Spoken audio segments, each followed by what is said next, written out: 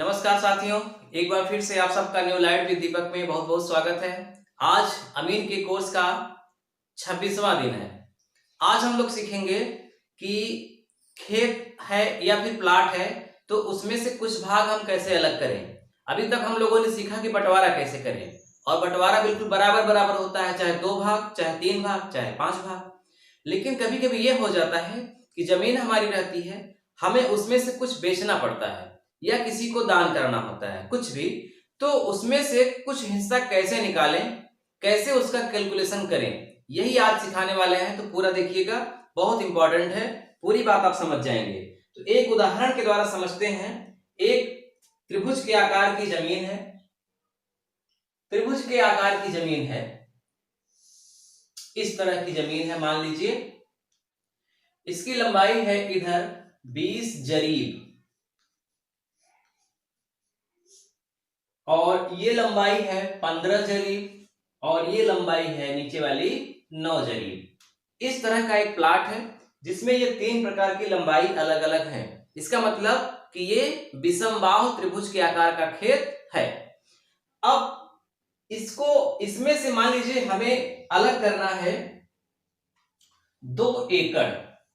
2 एकड़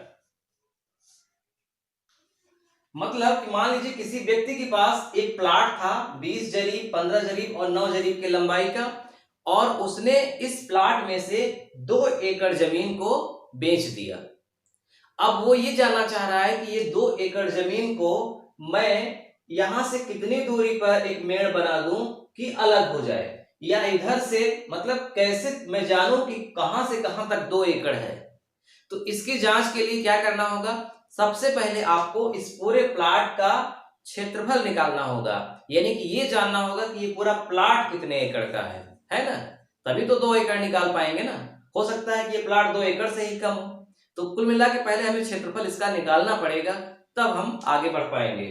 तो चलिए, क्षेत्रफल निकालना है तो जरीब से ही क्षेत्रफल निकाल लीजिए। और ये विषमबाहु त्रिभुज है, तो आप समझते हैं कि विषमबाहु त्रिभुज का क्षेत्रफल क्या होता है। उसमें हीरोन्स का फार्मूला लगता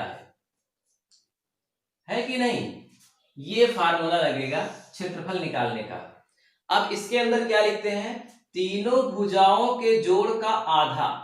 जैसे 20, 15, 9, 20, 15 और 9 कितना हो गया, 15, 15, 20, 35 और 9 44, और 44 का आधा 22, यानी कि इसका अर्ध परिमाप है 22। तो यहां पे क्या लिखना है, 22। बहुत सवाल आप लोग लगा चुके होंगे, बात समझ रहे होंगे, इसीलिए मैं डिटेल में नहीं जा रहा हूं, आपको डायरेक्ट बता रहा हूं 22 कैसे आ गया, तीनों को जोड़कर आधा। अब उसके बाद तीनों भुजाओं को लिखना है, लेकिन घटाकर। 22 में 9 घटाओ लिखो, 22 में 15 घटाओ, 22 में 20 घटाओ। तो 22 में जब 20 घटाओगे तो क्या आएगा, 2। फिर गुणित 22 में 15 घटाओ क्या आएगा, 7। फिर गुणित 22 में 9 घटाओ क्या आएगा, 13, है ना। 22, 2, 7, 13। अब 22, 2, 7, 13 का गुणा करिए। जब 22, 2, 7, 13 का आप गुणा करेंगे तो गुणा के अंदर आएगा 4004। 4004 4004 का वर्गमूल निकाल दीजिए तो क्या आएगा, 63.27। और ये क्या आया, वर्ग जरीब, है ना, वर्ग जरीब। यानी इस पूरे प्लाट का क्षेत्रफल 63.27 वर्ग जरीब है। अब अभी भी बात क्लियर नहीं हुई कि ये प्लाट कितने एकड़ का है। हमें ये पता करना है कि प्लाट कितने एकड़ का है। तो अब एकड़ की जांच के लिए आपको पता होगा कि 1 एकड़ में कितने वर्ग जरीब होते हैं। मैंने अपने किसी पुराने वीडियो में ये आपको बहुत अच्छे से पढ़ाया है कि जरीब से बिस्सा कैसे नापते हैं, बीघा कैसे नापते हैं, एकड़ कैसे नापते हैं और हेक्टेयर कैसे नापते हैं, सब कुछ। तो उसी में से जब एकड़ आएगा तो आप जानते हैं कि अगर 10 वर्ग जरीब जमीन है तो उसे 1 एकड़ कहते हैं, है कि नहीं। 10 वर्ग जरीब बराबर 1 एकड़।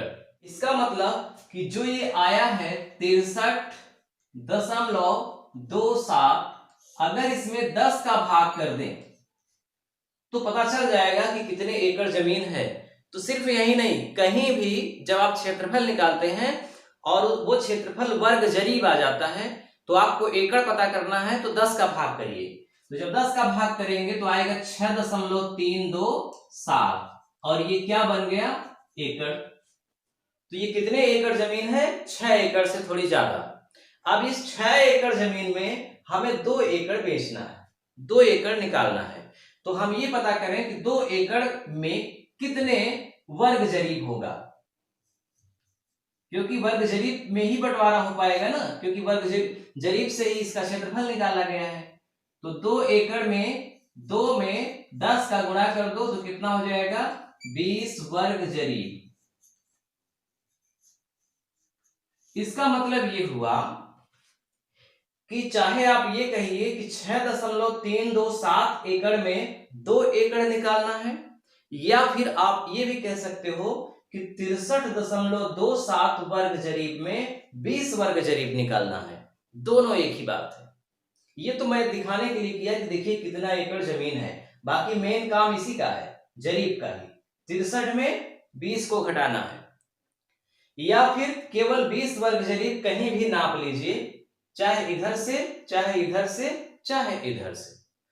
अब देखिए, अगर ये जमीन वर्गाकार होती या फिर आयताकार होती तब तो बहुत सरल था, लेकिन जमीन त्रिभुजाकार है तो इसमें सिर्फ एक ही नियम काम करेगा।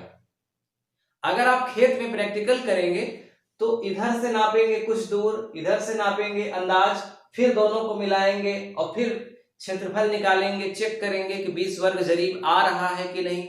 ये बहुत कठिन प्रक्रिया है, बहुत समय लगेगा। लेकिन मैं आपको गणित का एक ऐसा नियम बता रहा हूं, आप जानते भी होंगे, जिससे आप डायरेक्ट पता कर पाएंगे कि हम कहां से लाइन खींच दें तो ये 20 वर्ग जरीब अलग हो जाए, शेष जमीन अलग हो जाए। तो वो प्रक्रिया जानने के लिए आपको इसका लंब जानना होगा, यानी कि ये जमीन का जो लंब है उसकी लंबाई कितनी है।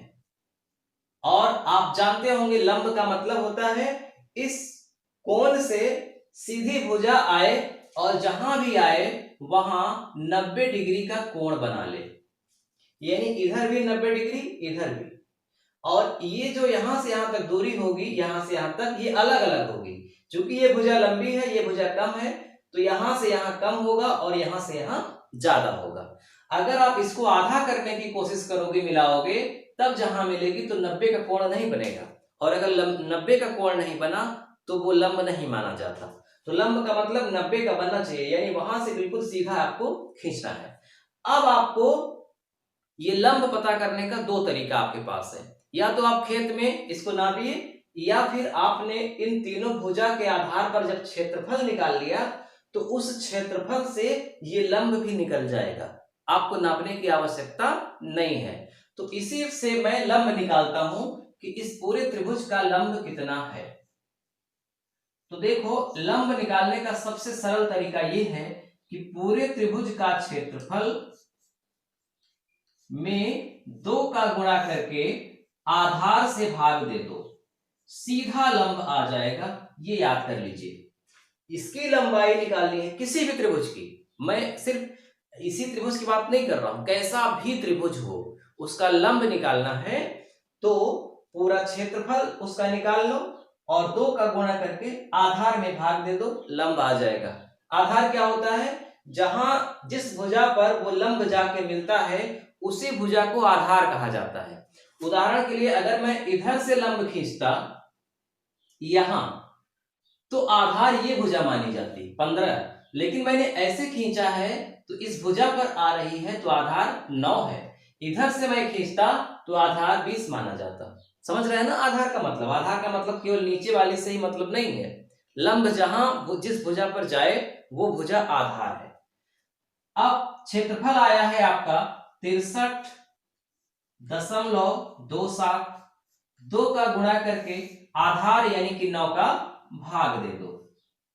तो जब आप ऐसा करोगे तो 63 में जब 2 का गुणा करेंगे 63.27 का, तो कर लीजिए 2 सत्ते 14, 2 दूनी 4 1 5, 2 तिहाई 6, 2 छंग 12, 126.54 में फिर 9 का भाग कर दीजिए तो 9 एकम 9, कितना आया है मैंने किया हुआ है पहले से ही।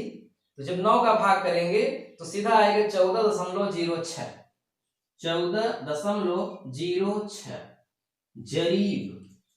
समझिएगा, मीटर फुट नहीं, क्योंकि मीटर फुट में लंबाई चौड़ाई थोड़ी ना है, जरीब में है, तो जरीब में आएगा। तो यहां से यहां तक की लंबाई कितनी हो गई? 14.06, ये पूरा। और ध्यान रखिएगा जो लंब आएगा वो हमेशा इस भुजा से छोटा रहेगा। ऐसा नहीं हो सकता कि आपने लंब निकाला तो ये 15 है तो ये 16 आ गया, ऐसा हो ही नहीं सकता, क्योंकि लंब हमेशा कर्ण से छोटा होता है, इसीलिए छोटा यानी कि 14 आया है। अब इस आपको खींचना नहीं है, मैंने एक काल्पनिक लाइन खींची है, यानी आपको एक कल्पना के रूप में समझना है कि यहां से यहां तक 14 जरीब है। अब इस 14 जरीब में यहां से मैं कितने जरीब के बाद लाइन खींच दूं?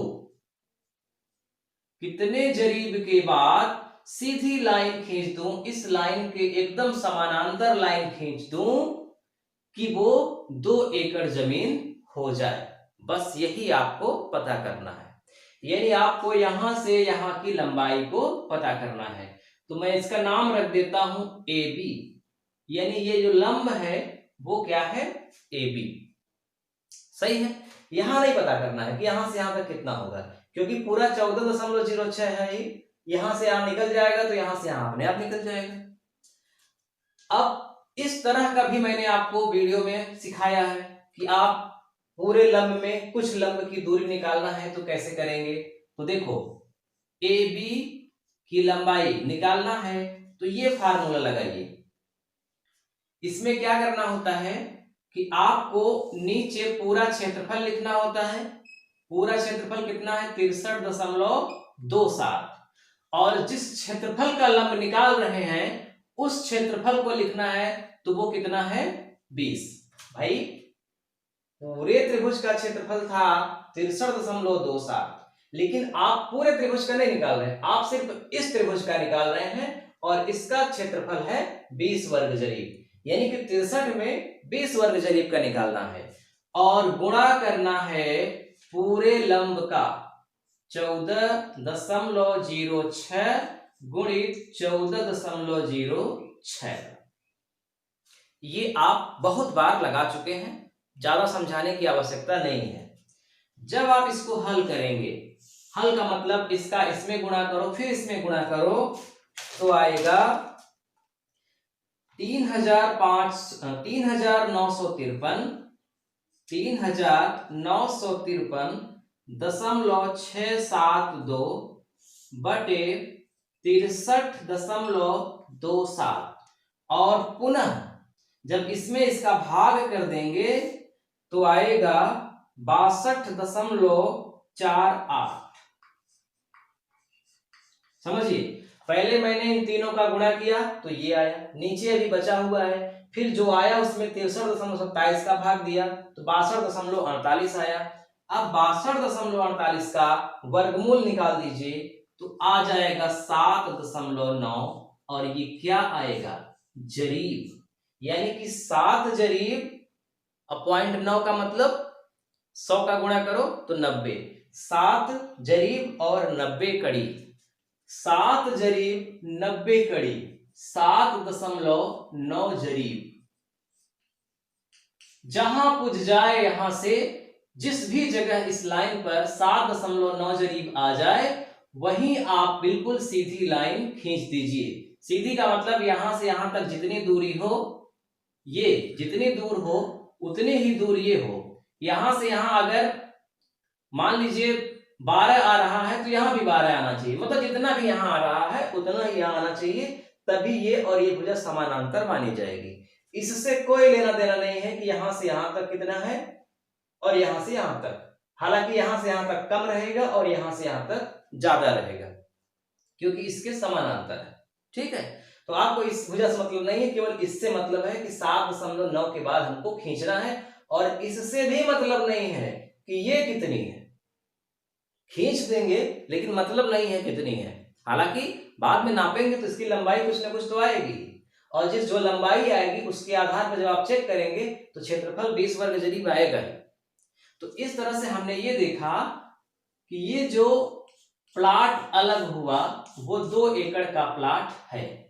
अब बचा ये कितना प्लाट, तो 6.327 में जब 2 निकल गया तो 4 एकड़ बचेगा। 4.327 एकड़ बचा और ये 2 एकड़ है। हाँ, यहां से यहां तक अगर लंबाई आपको पता करना है तो 14.06 में 7.9 को घटा दो, अपने आप पता हो जाएगा। तो ये थी प्रक्रिया त्रिभुजाकार खेत में कुछ भाग को अलग करने की। इसके अलावा कोई दूसरा तरीका नहीं है, आपको लंब पता ही करना पड़ेगा चाहे जिस प्रकार का त्रिभुज हो। अब एक सवाल और देख लेते हैं जिसमें ये त्रिभुज नहीं है, एक साधारण है प्रश्न, वो वर्गाकार या आयताकार है। तो उसमें हम छोटे प्लाट को कैसे अलग करें ताकि आपका पूरा कॉन्सेप्ट क्लियर हो जाए। देखिए हमारे सामने एक आयताकार प्लाट है जिसकी लंबाई 540 फुट, चौड़ाई 250 फुट है। इस प्लाट में हमको 1 बीघा बेचना है, 1 बीघे का प्लाट बेचना है। अब हमें ये पता करना है कि हम मतलब यहां से कितनी दूरी पर मेड़ बनाकर अलग कर दें कि 1 बीघा अलग हो जाए। तो चाहे ऐसे लाइन खींच करके यानी ऐसे मेड़ बना करके अलग कर दो, चाहे ऐसे मेड़ बनाकर अलग कर दो, कैसे भी आपको 1 बीघा इसमें से निकालना है। तो क्या करेंगे, सबसे पहले इस पूरे आयत के जो आयताकार प्लाट है इसका क्षेत्रफल निकालेंगे। तो देखो क्षेत्रफल अगर निकालना है आयत का तो बहुत सरल होता है, लंबाई में चौड़ाई का गुणा करना। बस लंबाई का चौड़ाई में गुणा कर दो, क्षेत्रफल आ गया। तो 540 गुणित 250, 540 और 250 का गुणा करिए। तो जब आप ऐसा करेंगे तो 1,35,000 वर्ग फुट आएगा, 1,35,000 वर्ग फुट। यानी ये जो जमीन है वो फुट में है और 1,35,000 वर्ग फुट इसका क्षेत्रफल है। अब 1,35,000 वर्ग फुट क्षेत्रफल है तो मान लीजिए कि ये जमीन उत्तर प्रदेश में है, प्रतापगढ़ क्षेत्र में है ये जमीन। तो आपको ये पता करना है कि ये कितने बीघे हैं। सबसे पहले आपके बिहार में है, झारखंड में है, अगर छत्तीसगढ़ में है, राजस्थान में है, तो उसके हिसाब से आपको पता करना पड़ेगा कि कितना बीघा है ना। तो उसके हिसाब से फुट में भाग करना होगा। तो जैसे उत्तर प्रदेश यानी कि जहां से मैं पढ़ा रहा हूं, यहां पर 1 बीघे की माप ज्यादातर जिलों में 27,225 वर्ग फुट है। ठीक है, 27,225 वर्ग फुट, इसी आधार पर मैंने पढ़ाया भी है। तो अब इसमें जब बीघा हम इसको बनाएंगे तो हम 27,225 का भाग देंगे तब बीघा बनेगा। लेकिन आपके बिहार में बीघे की माप जो होगी उसका भाग दीजिएगा, इससे कम भी हो सकता है, ज्यादा भी, वो आप जानते होंगे कितने वर्ग फुट का बीघा है। अगर 20,000 वर्ग फुट का बीघा है तो 20,000 का भाग दो, 15,000 वर्ग फुट का बीघा है तो 15,000 का दो, 30,000 वर्ग फुट का बीघा है तो 30,000, जितना है उसका दो, सीधा निकल जाएगा। तो जब आप भाग देंगे 1,35,000 का 27,225 से तो आएगा ये आपका 4.95, 4.95 बीघा। और इस नाप के आधार पर 4.95 बीघा को 1 हेक्टेयर भी बोलते हैं। यानी ये जमीन, सॉरी गलत, 3.95 को 1 हेक्टेयर बोलते हैं। ये तो 4 यानी 1 हेक्टेयर से ये ज्यादा है। उत्तर प्रदेश में इसकी माप 1 हेक्टेयर से ज्यादा है, हालांकि हमें हेक्टेयर में नहीं आना है। 4.95 बीघा आया, इसमें से 1 बीघा हमें निकालना है, बेचना है। तो 4.95 में 1 घटा दो तो क्या आएगा, 3.95। यानी अब जो 1 बीघा बेचने के बाद बचेगी वो लगभग 1 हेक्टेयर बचेगी, यानी कि 10,000 वर्ग मीटर। अच्छा, हमें इससे मतलब नहीं है क्योंकि हम इससे बांट ही नहीं पाएंगे। मेन हमारा काम क्या है, 1,35,000 वर्ग फुट में हमें 1 बीघा की माप को निकालना है। तो 1,35,000 वर्ग फुट में घटा दो 27,225 को। ठीक है, 27,225 को घटा दो। 10 में 5 गया 5, 9 में 2 गया 7, 9 में 2 गया 7, यहां बचा 4, 14 में 7 गया 7, यहां बचा 12, 12 में 2 गया 10। आप घटाकर चेक कर लीजिएगा। 1,07,775 वर्ग फुट बचा। लेकिन अभी ये भी समझ लीजिए कि जितना बचा उससे भी मतलब नहीं है। हमें बस सरल तरीका ये है कि 27,225 कहां पूजेगा, कितना दूरी पर लाइन खींच दे तो 27,225 पूरा हो जाए, क्योंकि हमें 1 बीघा ही निकालना है और 1 बीघे की माप इतनी है। अच्छा, अगर 2 बीघा निकालना होता तो 27,225 का 2 में गुणा करते, जैसे मैंने अभी एकड़ वाले में किया था। 2 एकड़ था तो 2 में 10 का गुणा किया था, क्योंकि 1 एकड़ में 10 जरीब होता है, 10 वर्ग जरीब। वैसे ही 2 अगर बीघा निकालना होता तो इसमें 2 का गुणा करते। ठीक, फिलहाल अब हमें पता करना है कि यहां से यहां तक तो पता है कितना है, 250 फुट। कितना दूरी पर मेड़ बना दें कि वो 1 बीघा हो जाए। ये 1 बीघा और ये कितना बचेगा, 3.95 बीघा। तो बस कुछ भी करने की आवश्यकता नहीं है। 27,225 जो कि इसका क्षेत्रफल है, इसमें बस चौड़ाई का भाग कर दो 225 का। 27,225 का 250 में भाग करेंगे तो लगभग आएगा 108 पॉइंट कुछ। तो 108 लगभग आ रहा है। तो इसका मतलब ये हुआ कि यहां से यहां तक की जो लंबाई होगी वो कितनी होगी, 108 पॉइंट में आएगा कुछ। आप चेक कर लीजिएगा। 27,225 में 250 का भाग करेंगे, जो आएगा वो पूरा आपको यहां से यहां तक मानना है। तो इधर 250, इधर 108, बचा कितना, तो 540 में 108 घटा दो, जो बचा वो है ये है। तो ये 1 बीघा हो गया, ये 3.95। तो इस पूरे प्लाट में ये 1 बीघा 3.95 बिल्कुल अलग अलग हो गया। तो इसी आधार पे वर्ग का भी होगा। आप समझ रहे होंगे क्या करना है, पूरा क्षेत्रफल निकालना है, उस क्षेत्रफल में कितना क्षेत्रफल बेचना है, बस उसको अलग कर दीजिए, बंटवारा हो गया। फिर भी अगर नहीं समझ में आया तो कमेंट जरूर करिएगा, मैं आपको और विस्तार से इस पर वीडियो बना करके आपको समझा दूंगा। ठीक है, मिलते हैं अगले वीडियो में। नमस्कार।